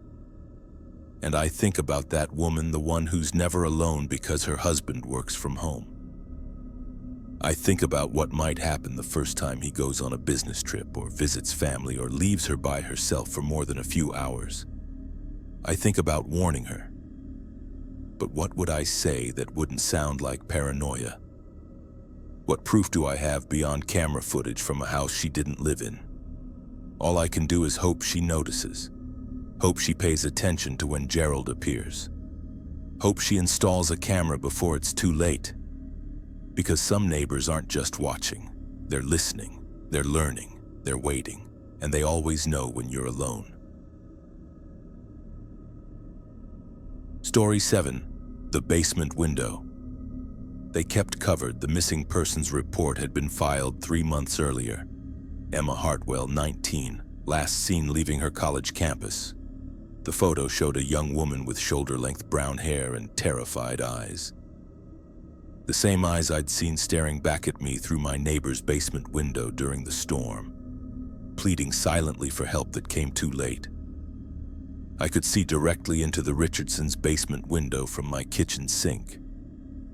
It was just how our houses were positioned.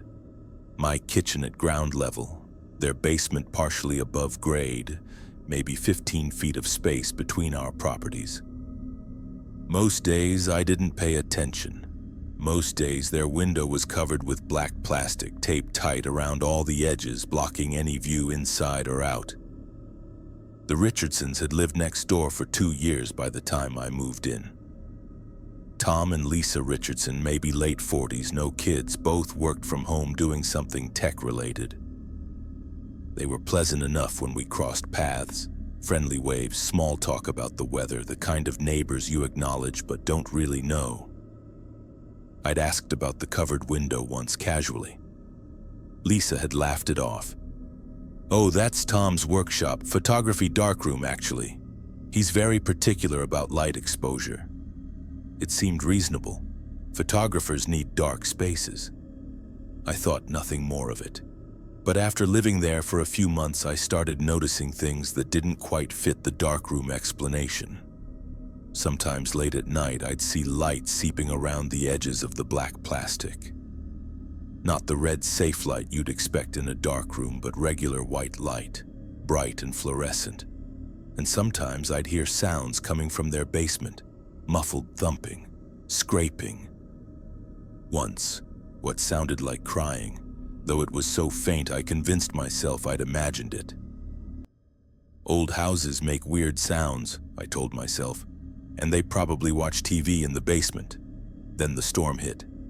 It was a Tuesday night in October, wind howling, rain coming down in sheets. Around 9 p.m. I was doing dishes and looking out at the storm when I saw the black plastic on the Richardsons' basement window start to tear loose. The wind had gotten under one corner, peeling it back bit by bit. For the first time in 6 months of living there, I could see into their basement.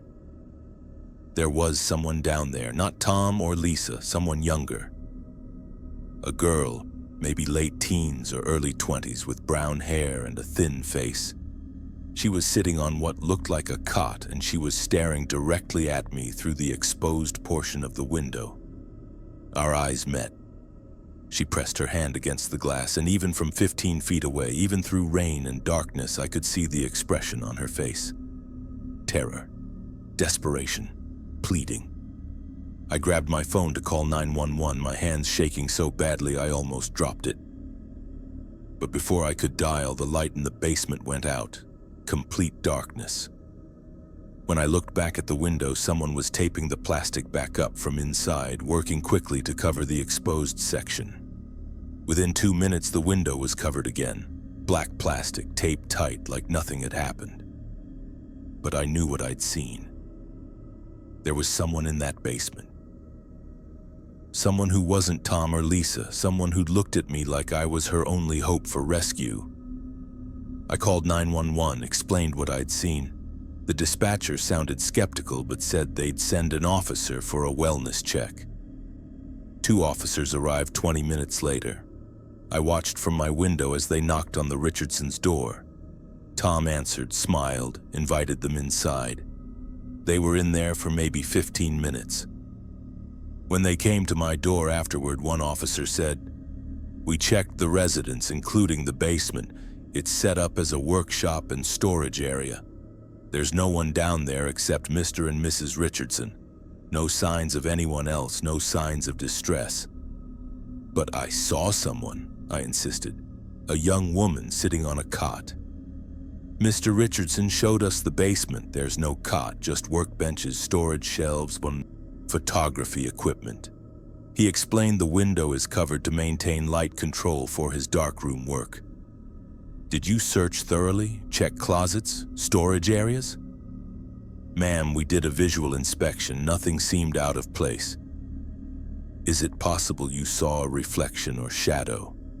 With the storm and lighting conditions, it's easy to misinterpret what you're seeing. They left.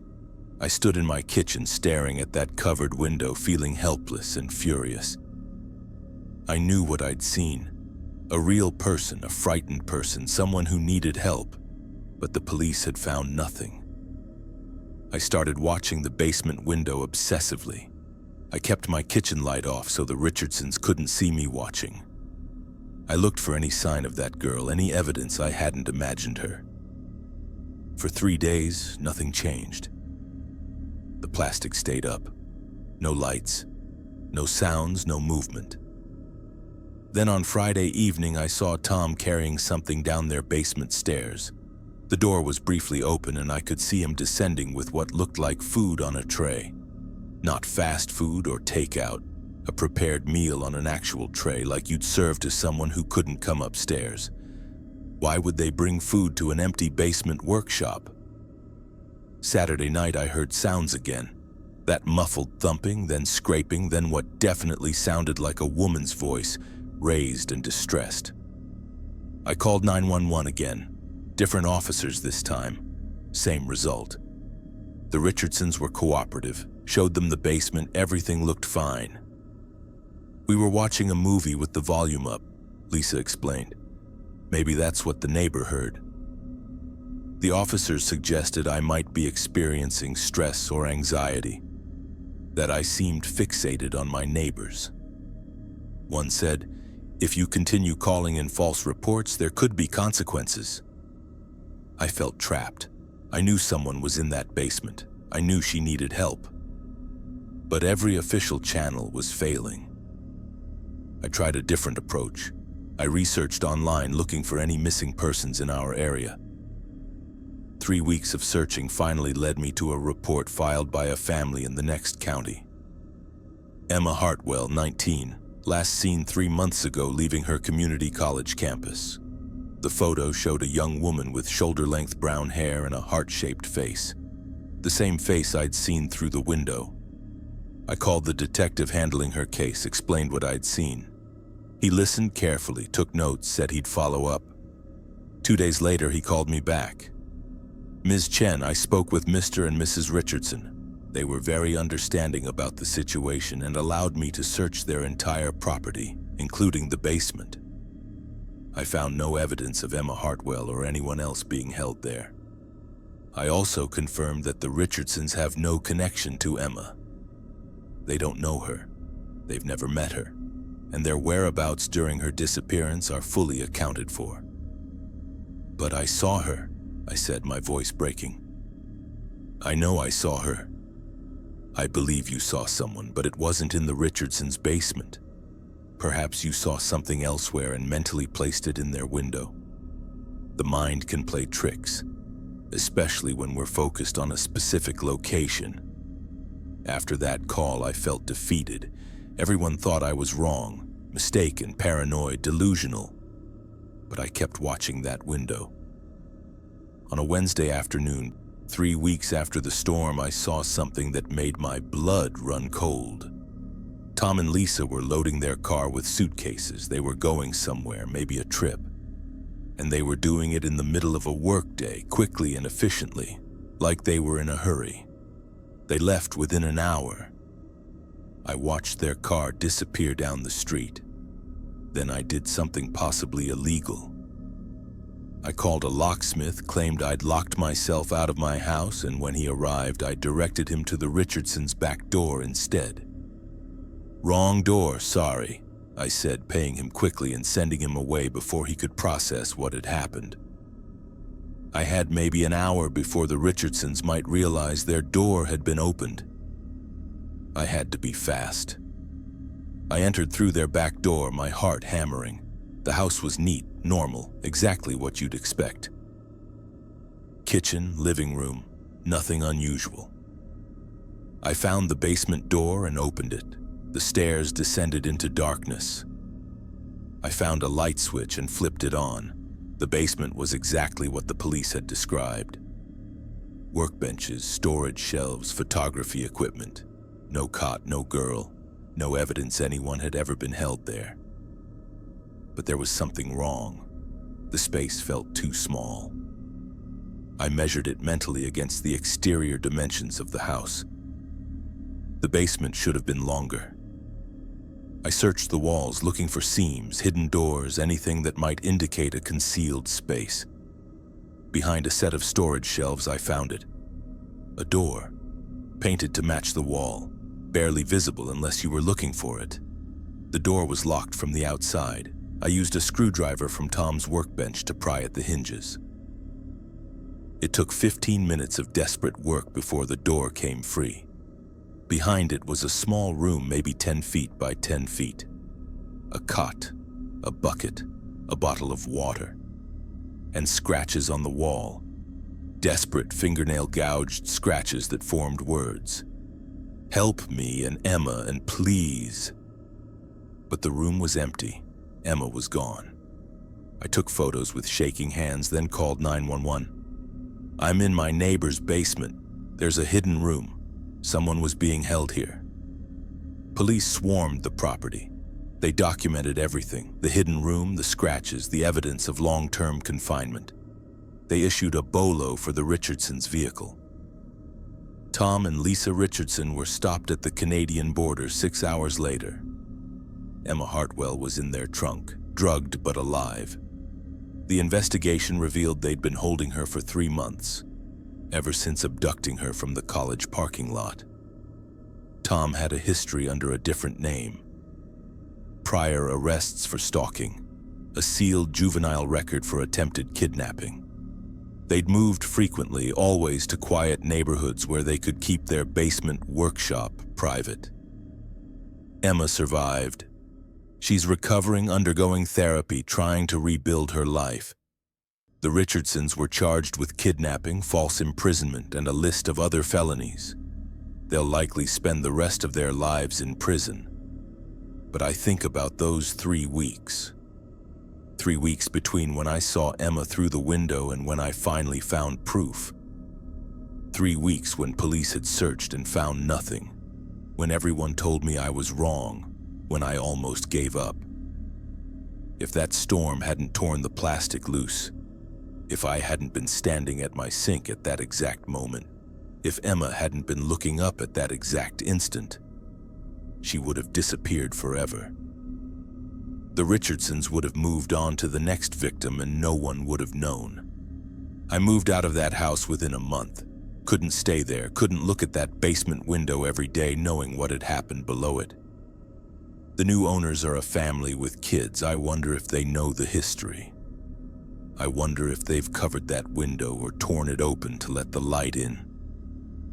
Emma and I talk occasionally. She doesn't remember much from her captivity. The trauma has blocked most of it. But she remembers seeing me through the window. Remembers thinking I was her only chance, her last hope. You kept looking, she told me once. Even when everyone said you were wrong, you kept looking. You saved my life. But I didn't save her life in time to prevent those 3 months of hell. I didn't act fast enough, didn't push hard enough, didn't find the proof soon enough. I still see that covered window in my dreams. Still see Emma's face pressed against the glass, begging silently for help that came, but not nearly soon enough. And I think about all the other windows, all the covered basements and locked rooms and hidden spaces in ordinary houses where ordinary-looking people do monstrous things. How many are covered right now in neighborhoods just like mine? How many victims are looking out, hoping someone will see them, praying someone will believe what they're seeing and refuse to look away? I couldn't look away, and because of that, Emma is alive. But I'll never stop wondering about the ones no one is watching for. The ones whose windows stay covered, whose scratches on walls go unread, whose silent screams never reach anyone who believes them.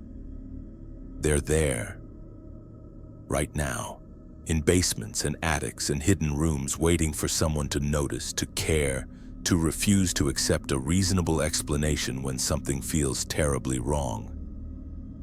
I just hope there are more people like me, people who trust their instincts and keep looking, even when everyone says they're wrong.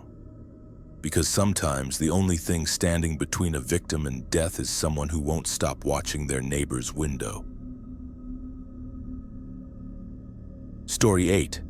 We share a wall, and I heard everything. I heard my own name through the wall at 2:43 a.m. spoken in a calm, methodical voice. Rachel gets home from work at 6:15. She always checks her mail first. That gives us maybe 4 minutes before she goes inside, the other voice responded, but I couldn't make out words.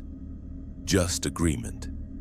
They were planning something involving me, discussing my schedule like I was a target, a problem to be solved.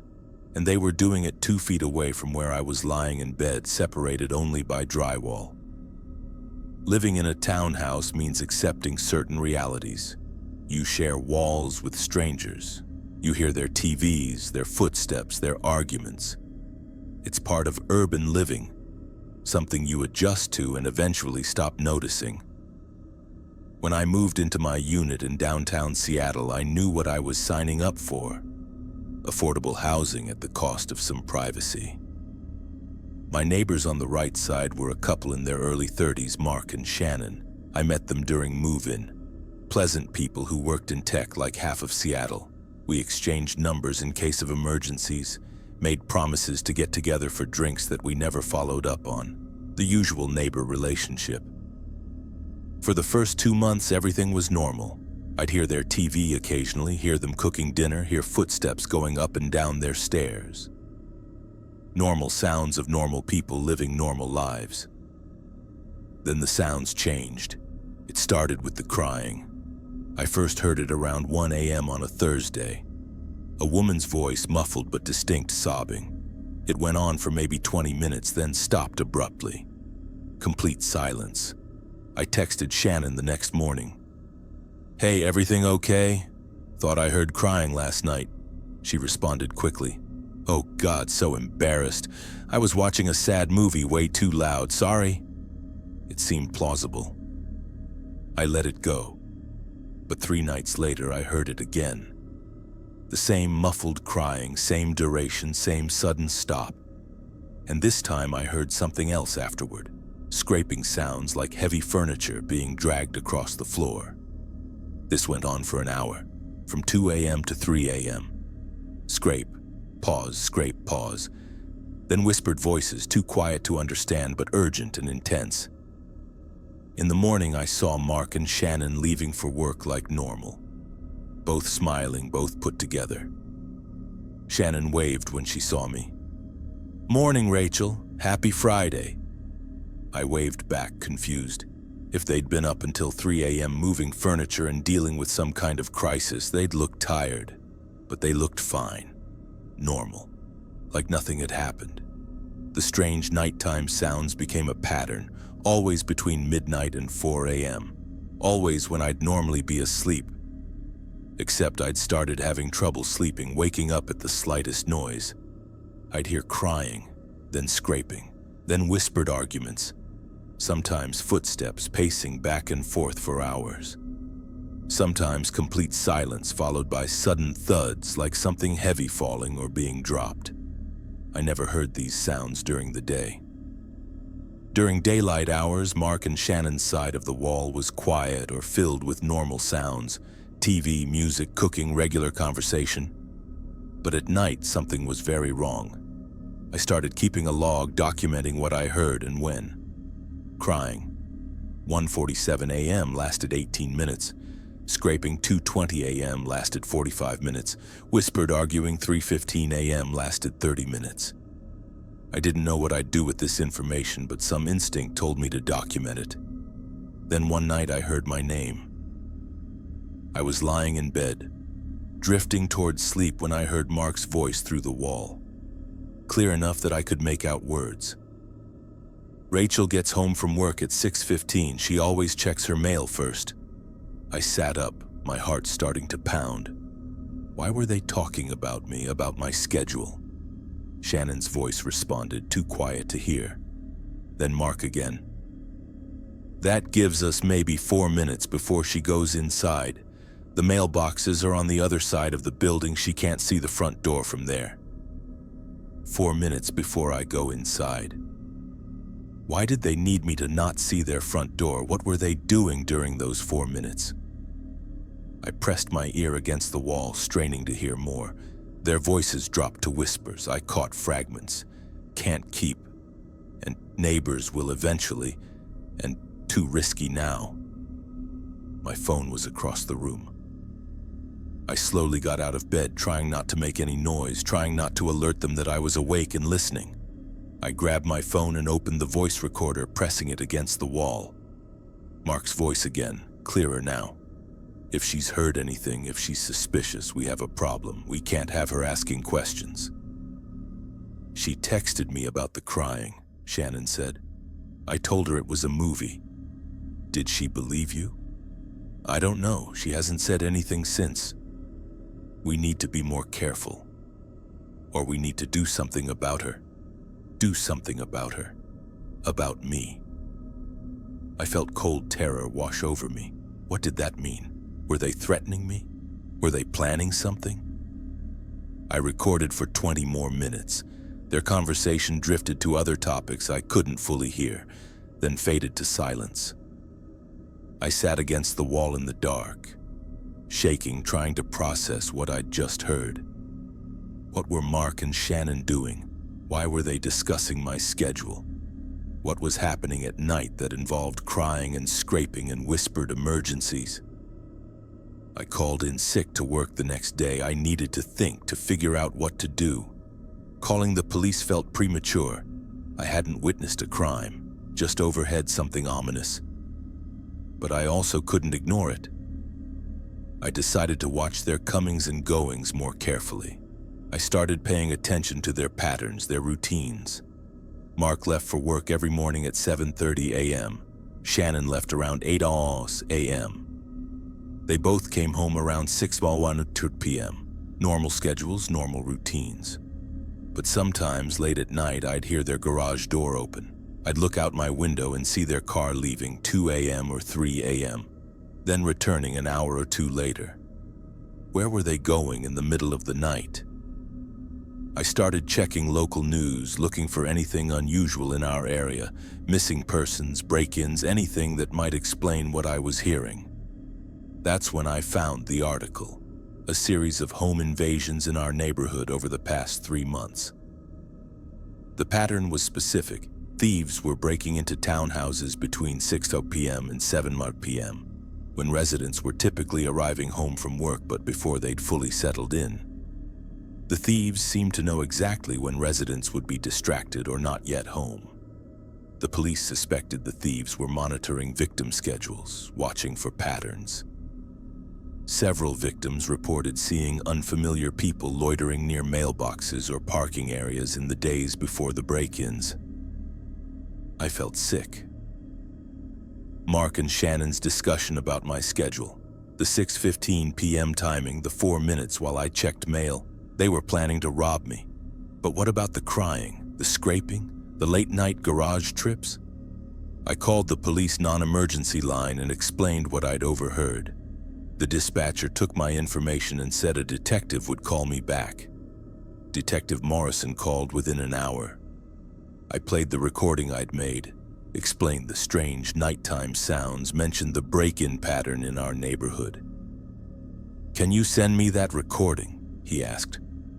I emailed it immediately. He called back 20 minutes later.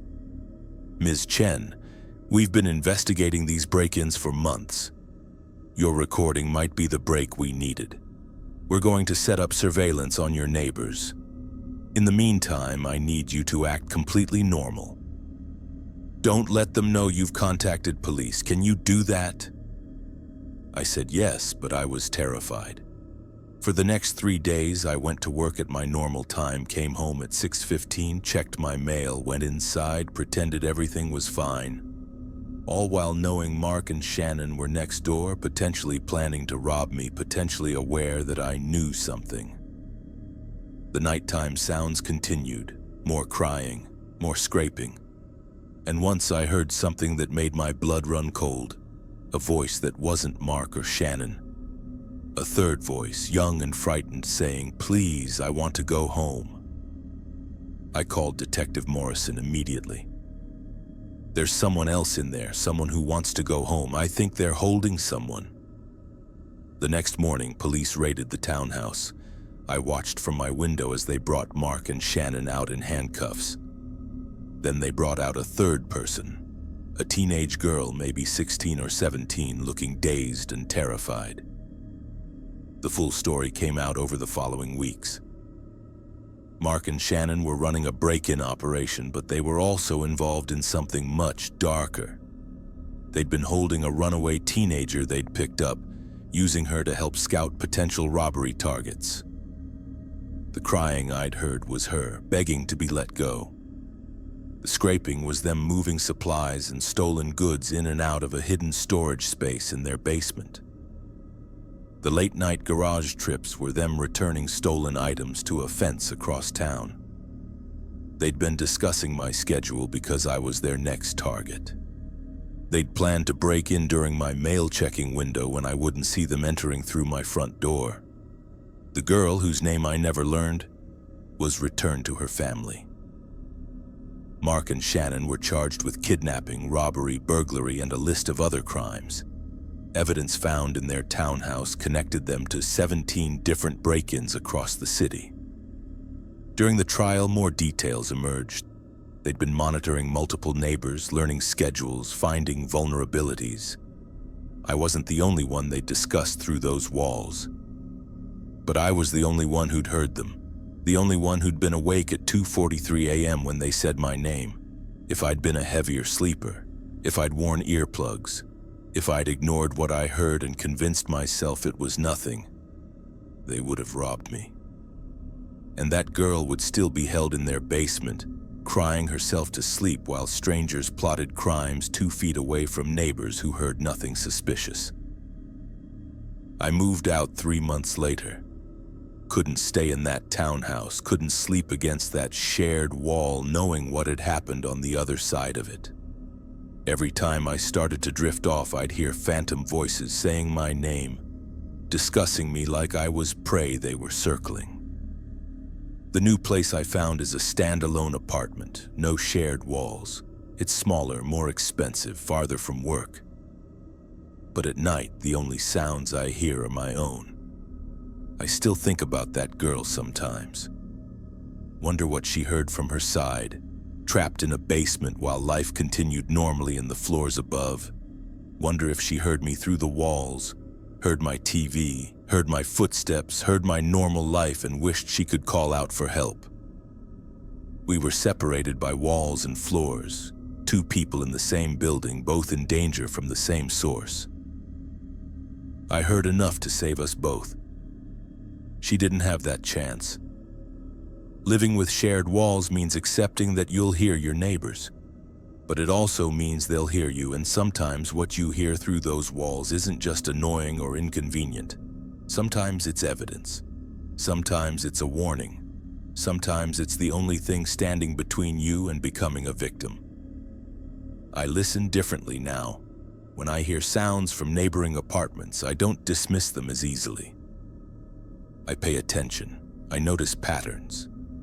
Because I know now that behind those walls, behind those normal-looking people with their friendly waves and small talk, anything could be happening.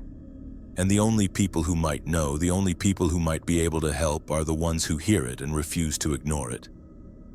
I heard my name through the wall, and it saved my life. How many other names are being spoken right now in whispered conversations through shared walls, by people planning harm against neighbors who have no idea they're being discussed? I hope someone is listening. I hope someone hears. I hope they act. Because those walls are thinner than you think, and what happens on the other side might be closer to you than you could ever imagine.